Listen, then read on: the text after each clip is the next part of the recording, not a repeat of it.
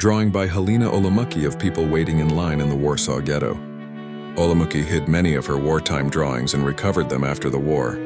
She continued to draw what she had seen after the war. United States Holocaust Memorial Museum Collection, accession number 2001-122. Many Jews escaped the ghettos and went into hiding, often relying on the support of non-Jewish friends. To hide a Jew was to put one's life and the lives of one's family at risk. If caught, those hiding Jews were imprisoned or killed.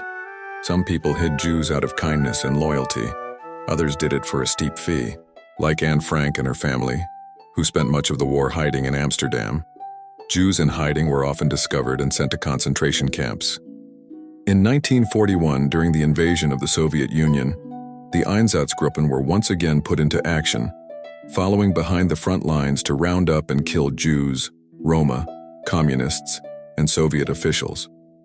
Over 1.5 million people, the vast majority of whom were Jews, were murdered in this Holocaust by bullets and buried in mass graves.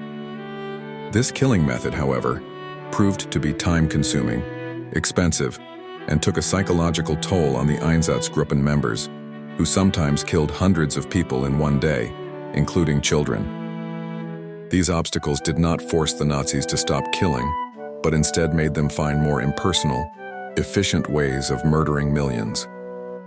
They began to experiment with gas, which had proven effective for killing disabled people, and pesticide tablets, which were first tested on Soviet prisoners of war, POWs, at Auschwitz. In January 1942, high-ranking Nazi Party officials met secretly in the Berlin suburb of Wannsee to formulate plans for the final solution to the Jewish question. Ghettos, intended to be temporary transit stops on the road to emigration, had become long-term institutions as emigration plans came to a halt, in no small part because foreign countries limited their visas and turned away many immigrants. The Wannsee Conference sought to solve this problem. Their solution was to begin large-scale deportations from ghettos to death camps, killing centers in Poland with specially designed gassing facilities, and to concentration camps. Chelmno was the first death camp opening in December 1941. Arrivals to Chelmno were loaded into vans which were sealed and then filled with exhaust, eventually killing everyone inside. They were then buried in mass graves in the nearby forest. While Jews were the main target of the killing operations at Chelmno, thousands of Roma were killed there as well.